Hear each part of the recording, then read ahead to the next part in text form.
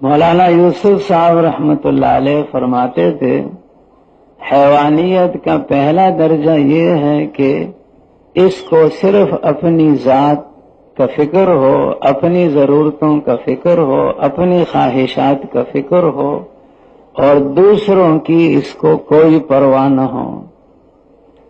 یہ تو ان حیوانوں کا درجہ ہے جو درندے نہیں ہیں، بیل ہے، بکری ہے، اس طرح اور چیزیں ہیں، ان کو صرف اپنا ہی فکر رہتا ہے، کسی اور کا فکر ان کے دل میں نہیں ہوتا۔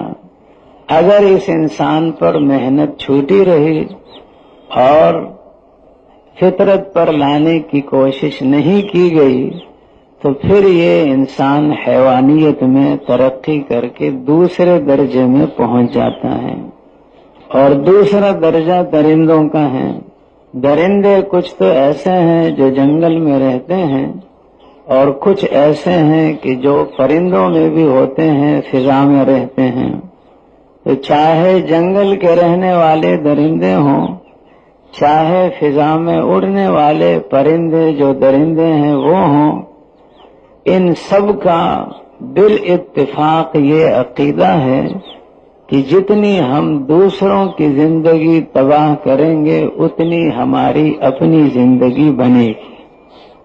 تو انسان کو فطرت پر لانے کی کوشش اور محنت کی جائے، ورنہ یہ انسان پھر گائے اور بیل کی طرح، بکری اور بھینس کی طرح، اور اسی طرح بعض دوسرے مذموم قسم کے جانوروں کی طرح اس کو صرف اپنا فکر ہوگا، اور اس کے دل میں اپنی ہی ذات کے اعتبار سے حرص اور لالچ اور طمع اور ایک زبردست جو ہے یہ انسان پھر حیوان کی طرح آزاد ہو کر چلے گا۔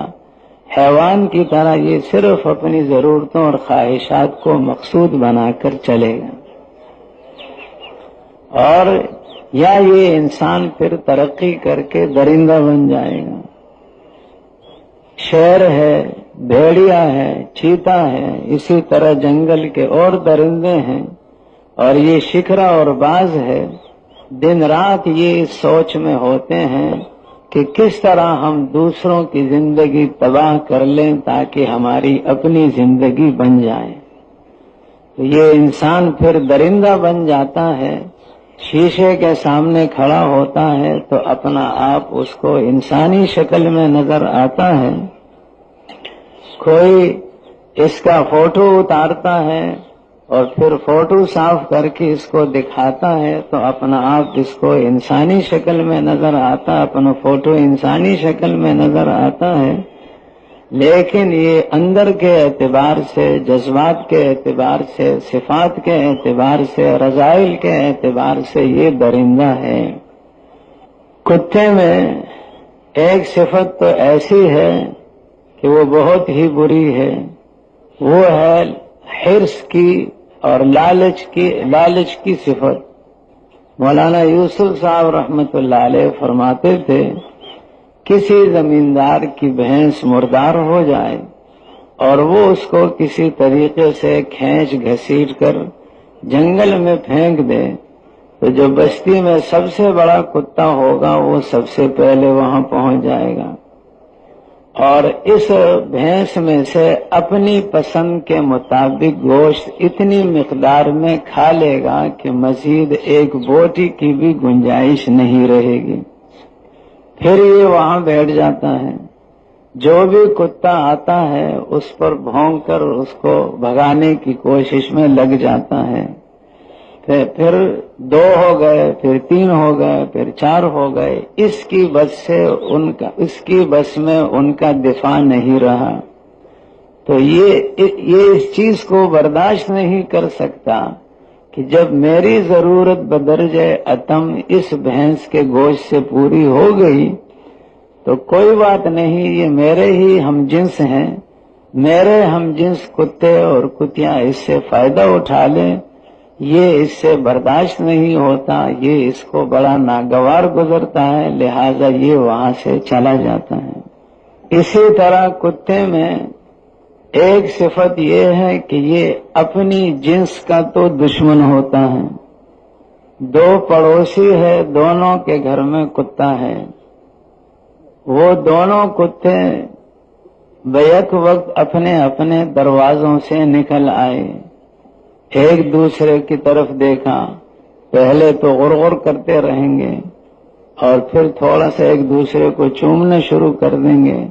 پھر مضبوط کتا اس پڑوسی کمزور کتے کو ایسا نوچنا شروع کر دے گا کہ وہ بیچارہ بے اختیار ہو کر فریاد کرتا ہوا اپنے گھر میں واپس چلا جائے. تو اپنی جنس کا تو یہ کتا دشمن ہوتا ہے.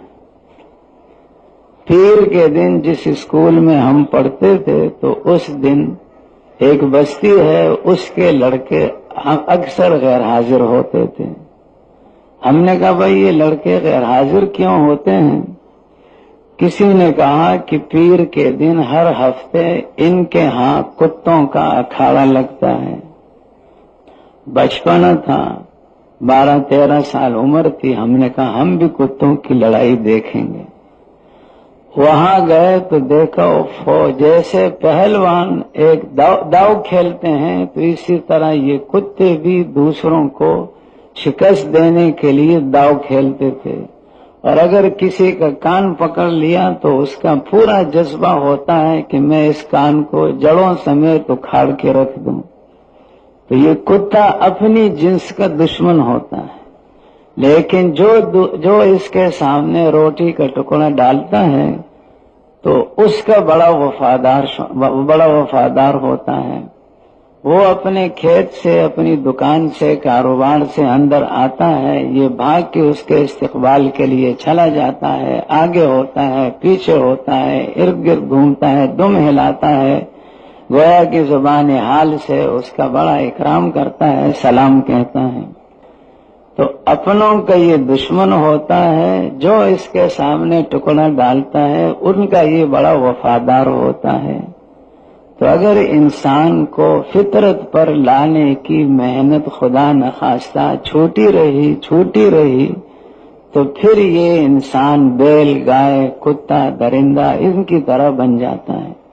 اور مولانا یوسف صاحب رحمت اللہ علیہ یہ بھی فرماتے تھے، ہم نے پرانوں سے سنا ہے کہ حیوانیت کا تیسرا درجہ سانپ اور بچھو کا ہے. سانپ اور بچھو کے نفسیات کو پڑھنے والے جو ان کے نفسیات کو پڑھ کر اس میں مہارت رکھتے ہیں وہ یہ کہتے ہیں کہ سانپ اور بچھو کی یہ طبیعت ہے کہ اگر یہ سانپ مثلا 1 گھنٹے 2 گھنٹے کے اندر فرض کیا 50 60 70 100 زیرو چیزوں کو، انسانوں کو ڈس لے تو ان کا پیٹ نہیں بھرتا. ان کو ذرہ برابر بھی پیٹ بھرنے کے اعتبار سے، بھوک دور ہونے کے اعتبار سے فائدہ نہیں ہوتا.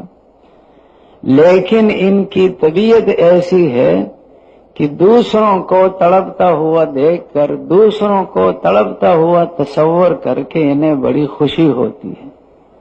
تو پھر یہ انسان سانپ اور بچھوؤں کے درجے میں آ جاتا ہے. دوسروں کو تباہ کرنے میں، دوسروں کو ہلاک کرنے میں، ملکوں کو تباہ کرنے میں، چاہے اس کو کوئی فائدہ نظر نہ آتا ہو لیکن اس کی طبیعت بنی ہوئی ہے کہ دوسروں کو تباہ کرنے میں اس کو مزہ آتا ہے. تو اس لیے محنت کی ضرورت ہے. انسان کو حیوانیت سے ہٹا کر، درندگی سے ہٹا کر، زہریلا سانپ اور بچھو کی طرح ہونے سے ہٹا کر اس کو فطرت پر لانے کی ضرورت ہے.